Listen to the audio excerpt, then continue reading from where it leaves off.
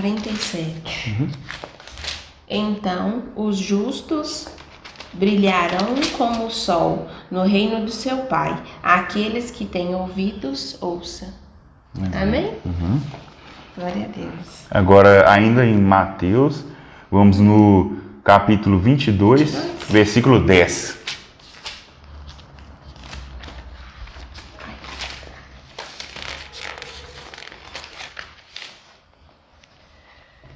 Então os servos saíam para as ruas e reuniram todas as pessoas que puderam encontrar, gente boa e gente má. A sala do banquete de casamento ficou cheia de convidados. Aí.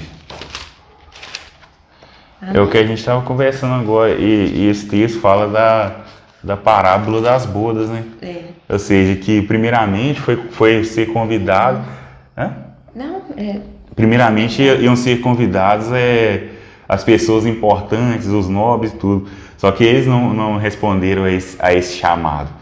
Aí o que o dono da festa fez? Pediu para os seus servos irem lá e sair convidando todo mundo que eles achassem para a rua. Não, meu senhor está querendo ter uma confraternização, todos estão convidados. E isso aqui simboliza o reino de Deus, né? Porque a palavra veio aos judeus e eles não o acolheram e não receberam o Senhor Jesus. E a palavra foi estendida a nós que somos gentios, glória a Deus. E a palavra de Deus foi distribuída e está sendo distribuída em todo o mundo.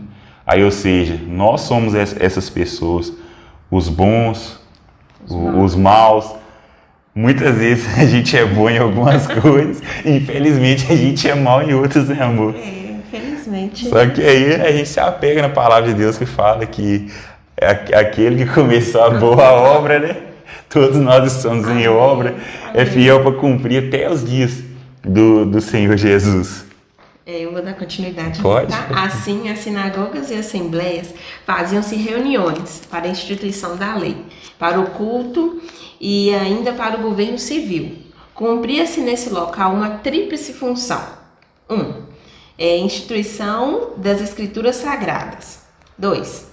Adoração congregacional. 3. Orientação para a vida coletiva na cidade e na relação com o governo. Jesus, conforme o registro em Mateus 16:18, deu o conteúdo peculiar à igreja. Ele a edificou. Glória a Deus. A igreja é dele. É dele.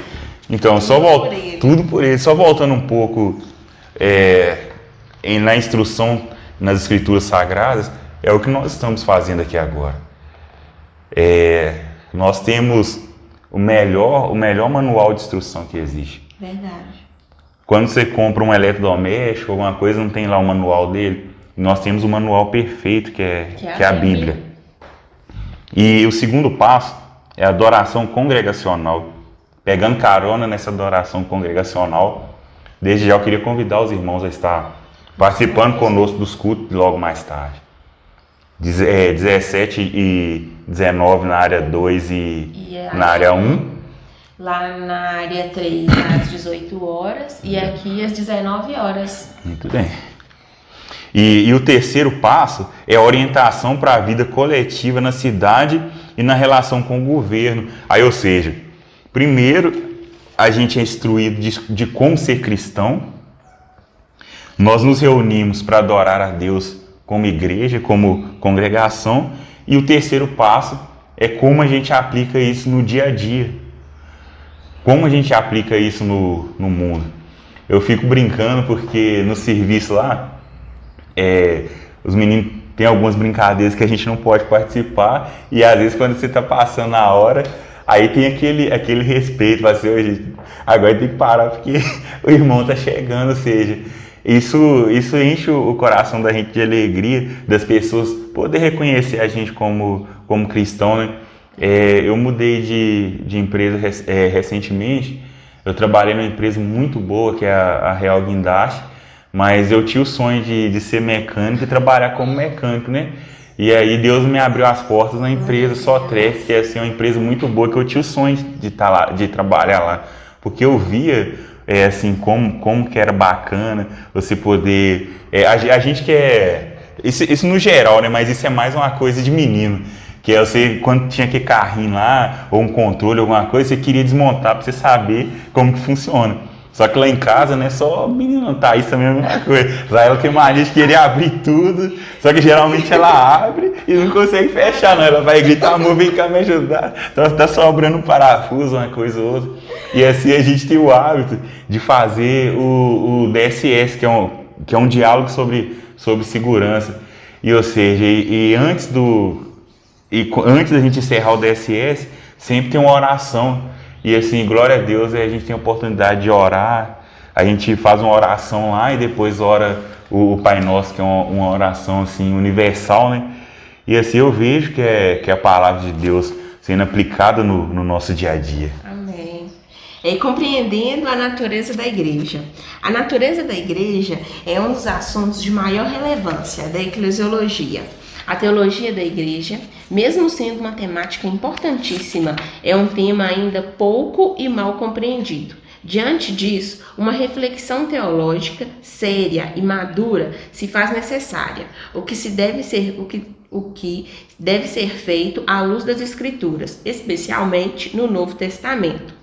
Os escritos paulinos são uma referência para o entendimento correto bíblico da natureza da igreja. E aí tem as referências aqui, irmãos, e aí a gente convida os irmãos para estar lendo em casa, tá? Com a família durante a semana, e a gente vai dar continuidade aqui, né, amor? A igreja é formada por pessoas que ouviram, aceitaram o chamado de Cristo. Foi assim com a gente também, né? A gente ouviu e compreendeu, e agora a gente está aqui para honra e glória do Senhor. Amém. E nasceram de novo, né? Que é o batismo, né? Nós também já passamos pelo batismo. E estão servindo a Deus de várias formas e ministérios. Todos os que ouvem e aceitam a convocação de Cristo formam o corpo de Cristo, cujo indicado é que foram batizados. Todos os que ouviram e aceitaram a convocação de Cristo formam o corpo de Cristo, cujo indicativo é que foram batizados no Espírito Santo e são libertos de qualquer tipo de culpa, pois em Jesus foram justificados. Amém. Pode caminhar mais um pouquinho. Pode? Quanto à natureza da igreja, é preciso ficar claro que ela não é uma paróquia, um prédio, um clube ou um ajuntamento social. Se fosse, os estudos da sociologia, economia, administração seriam suficientes para interpretá-la, mas não são. A igreja é uma realidade espiritual fundada por Cristo, mas também é uma comunidade local, instituída de crentes, batizados, que buscam a convivência fraterna e que voluntariamente se unem para cultuar a Deus, desenvolver-se espiritualmente e servir a Ele, ao próximo que necessitar.